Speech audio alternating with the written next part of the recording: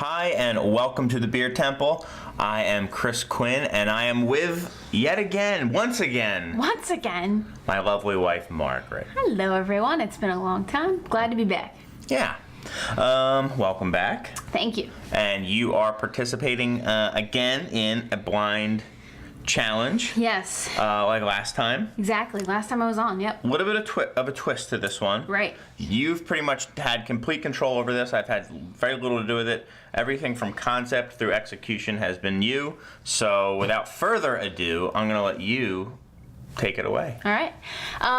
Well, everyone, we Chris and I were talking about shows to do, and of course we always like to try to do timely shows. And the election is this Tuesday, November 6th. Hope that's right. And we thought it would be kind of a cool idea to do a head-to-head pair-up or match-up of beers brewed in the presidential candidates' home states, or states that at least folks associate them with. Obviously, True. They've moved around a little bit. Neither is actually from the home state. Yeah, I know. So it's a little bit of a stretch, but at least the ones that are most closely associated with the presidential candidates. So today I picked out 2 beers for Chris to try, and this is a blind taste, as you can see, and one of which is brewed in Massachusetts, and one is brewed here in Chicago, Illinois. So Chicago. So not just Illinois, but Chicago. Right. Got it. I wanted to try to, hone down on as close as possible as where I could get, make the linkage to the candidates. Okay. And I can also give you another piece of information, again, trying to make it, more of like a, close match up. I did pick 2 beers of the same exact style as well. So these are also 2 Imperial IPAs, because I wanted it to be, fair competition. I didn't want to put a stout up against an IPA, because that's kind of like it's totally separate things. So I wanted to kind of keep it as close as possible. Okay. So the idea today is that Chris will have his taste test. He will decide which of the 2 contenders he likes the best, and that's going to be the Beer Temple's prediction of who will win the presidential election. Whichever beer I like more, whatever state that's from, that's the candidate I'm voting for. I'm just saying it right now. I don't care about anything else. Whatever beer I like of these 2 is who I want to be president. Okay. Awesome. Well, this is kind of similar to our Super Bowl challenge. That's true, yeah. The stinking Giants won that one, and they ended up winning. So we're 1 for 1. That's true, actually. We're like statisticians, basically, here. So this should be an interesting matchup, and this is something we can only do every 4 years. So, again, it is sort of a unique and timely show. Okay. Let's get started. I will grab number A. Letter A. Yeah, number A. Looks Imperial IPA-ish. It's got that kind of hazy orange, a little bit of kind of like a copper orange. Nice head to it as well. Quite a bit of carbonation. Very cloudy and murky though. But wow, really great looking foam on it. I'm getting some woodiness from it. Not quite cedar, but closing in on that. Wow. Yeah, and there is a really foamy head on that beer. It's a great looking beer. I will say that. Max horfs and barfs as I smell it. Max is the third-party candidate at our feet.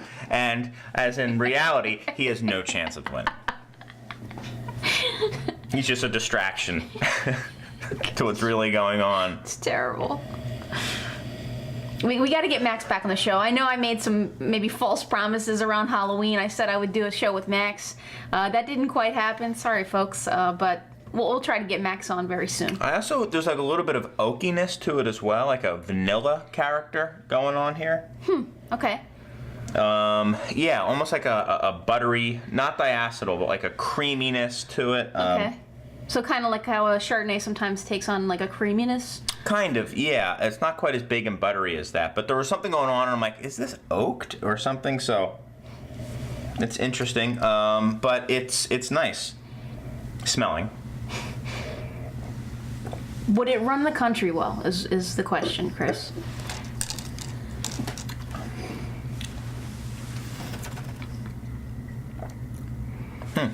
It's definitely has some of that woody. The first thing I said was like woody, cedary, and then I was like, is it oaked? I definitely am getting some of that flavor again. I don't think it's going to be an oaked double IPA. They exist, but they're pretty rare.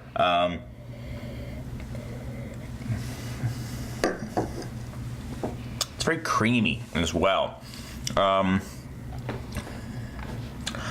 It's got definitely some citrus going on, maybe like a little bit of like a bitter tangerine, or and not quite into the tropics, but more just straight up citrus. And almost like the pith that I talk about. It's got that bitter citrus character to it as well with that wood. Very drinkable, not overly bitter. Third-party candidate has something to say about this, it's terrible. I don't know if he said. I mean, I guess it came out of an orifice and was windy. Jesus. But yeah. Thanks, Max. Really appreciate it. So I like this beer. It's easy drinking. You can tell it kind of packs a punch. The bitterness is kind of growing on me. I really like the mouthfeel. It's a good beer. It's not, as it opens up, I'm definitely getting more orange to it as well.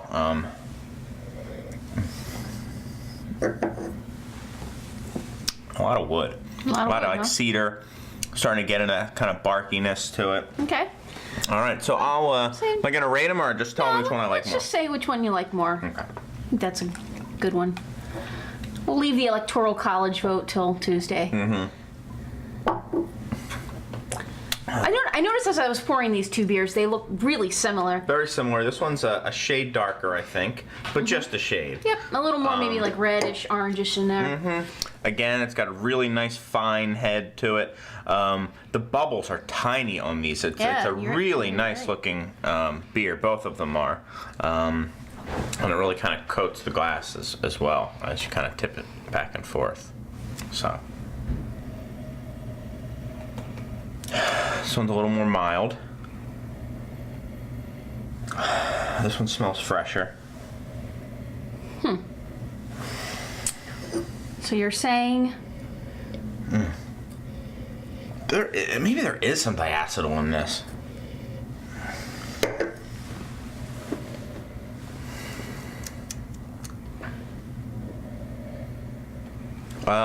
This one I'm getting, a malt backing as well. I'm getting more of, I think, some of the classic craft beer American hops to it. Some of the C hops, maybe some Cascade going here. Okay. I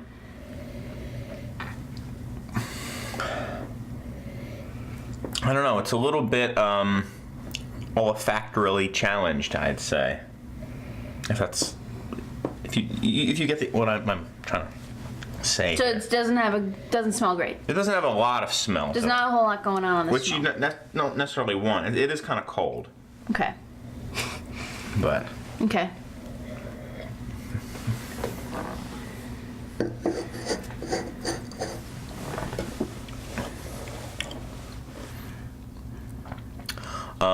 More bitter. Quite a bit more bitterness going on. It doesn't have that flavorful hop punch. It's much more bitter, actually. The bitterness comes on stronger.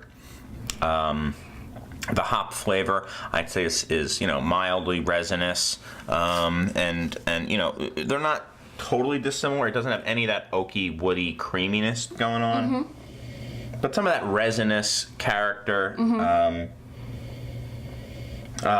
There's a tiny hint of some of that, oniony flavor to it. Okay. It's starting to, actually, as it warms up, I'm starting to get more of that. Okay. Which I know you usually enjoy. Yeah. You know what? It's starting to come out a little bit more. Open up a little bit, huh? Yeah, it's starting to open up. Okay. So you need to coax that candidate out of its little glass there. I see. Yeah, much more. Now I'm starting to get more maybe of that Summit hop. Well, this is a very big decision, Chris. The weight of the nation is in your hand right now. You need to figure this out and decide who the winner, who the president of the free world or the leader of the free world will be. I was almost certainly going to go with A, but now this is starting to open up. I think it's cleaner. I don't like that butteriness in that first one. Okay. It's a big decision. Like a lot of the country, I think not being overly like in love with either candidate. I think that's it. There's not a world. Neither of these I would consider world-class double IPAs. Mm-hmm. This one I kind of like the mouthfeel. I don't like the butteriness to it. I like some of the hop character that's going on. Oh, man, that butteriness keeps jumping out at me more and more. That oak, it's oaky as well. And I don't like it. It's turning me off. This one, there was nothing going on. It's starting to come, but it's too bitter for me. Okay. Well, yeah, so then it does actually sound a lot like the current election, where you're not really in love with either candidate. It's sort of a lesser of the evils type situation. Okay. I'm going to go with B. Okay. Am I supposed to guess what they are? No, I don't think so. I mean, what's the point? What is the point? What is the okay, point of let's that? go with who I picked. All right, you picked Brash. It's called the Bollocks Imperial IPA. Are you familiar with Brash Brewing Company? They're associated with clown shoes. They are associated with clown shoes. This is a, I think there's actually a contract brew that's made in Ipswich, Massachusetts. It's by I think Mercury Brewing Company is the actual brewery where the beer is made. So Chris, you've chosen Mitt Romney as our next leader. Yeah, so couldn't find a ton of information about Brash Beer Company or Brash Brewing Company. Because do you know anything about when this was made or what hops are used or anything like that? I don't know exactly which hops. I know there's like 8 hops in it. Got it. Which I guess, yeah, exactly. But yeah, so they are actually founded by a guy who runs a place called the Petrol Station down in Houston, Texas, which is known for having, I guess, great craft beer and it's kind of a restaurant and it's kind of nationally known. He wanted to open a brewery as well, but due to, kind of arbitrary, weird liquor laws, you can't open a brewery and have a, retail or a drinking establishment. Yeah. So that's why he went and contract brewed up. He knew the guys at Clown Shoes and went and contract brewed up in Massachusetts. I've been wanting to try one of these beers. I'm glad you picked one of them. I would have never guessed. It's good. It's not great. Like I said, neither of these are world class in my mind. No, there you go. And so you weren't quite sure what to make of it. Just to refresh your memory, I wonder if Romney would endorse my decision, considering he doesn't drink. Ooh, that's a good one. But yeah, you didn't quite know what to make of this 12% alcohol. Oh my goodness. Big beer. So the same for you Mormons out there. And 12%? Yeah. So you weren't quite sure what to make of it, but you did warm up to it later. So I did find some interesting parallels in the actual candidate that this represented. Let's go with the beer that you didn't care for so much, or well, at least not today. It didn't win today. That was a new one to the show, I think. Something hoppy this way comes. Yeah, Pipeworks Brewing Company, right here in Chicago, Illinois. They are a very small brewery right now. They're just, kind of getting started in the last couple of years here in Chicago.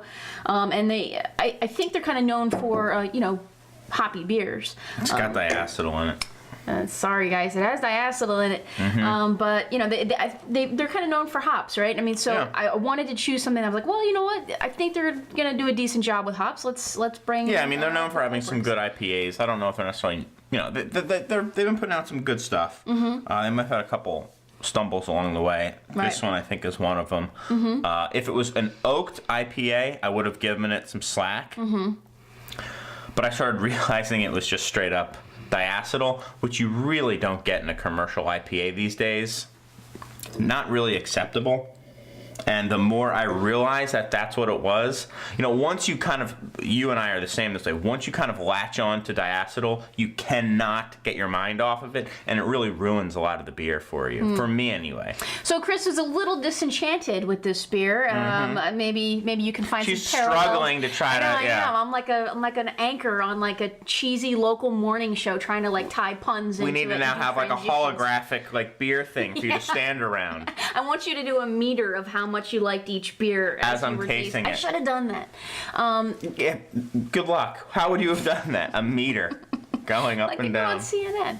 Or maybe I just would have been like this. So Chris found himself initially wave. impressed, but quickly disenchanted with the beer from here in Chicago. Wah, wah. So there you have it, folks. According to Christopher Quinn and the Beer Temple, Chris's palate says that Mitt Romney will be the leader of the free world, based on his selection of Brash Brewing Company's the Bollocks Imperial IPA. I will also say, I don't think either of these beers would have made it out of the respective primaries. Ooh, that would have been a good challenge. A primary challenge to select a winner to then try. Yes. Next time, next 4 years. Yeah, 4 years from now, we'll do that.